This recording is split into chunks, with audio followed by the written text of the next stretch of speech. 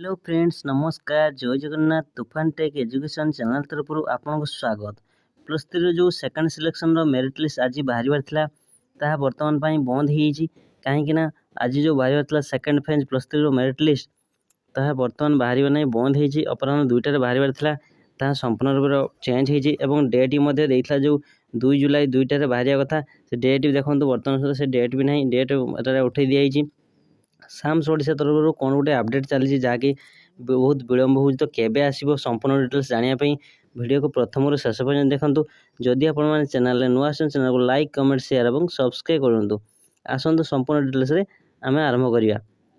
तो देखो plus three जो सेकंड फेज मेरिट लिस्ट आज बाहर था आप जो स्लाइड अप करके तो आज अपेक्षार अच्छा एपर्तन भी आप जापर कहीं डेट एमती कला तो यहाँ साम्स तरफ कौन गोटे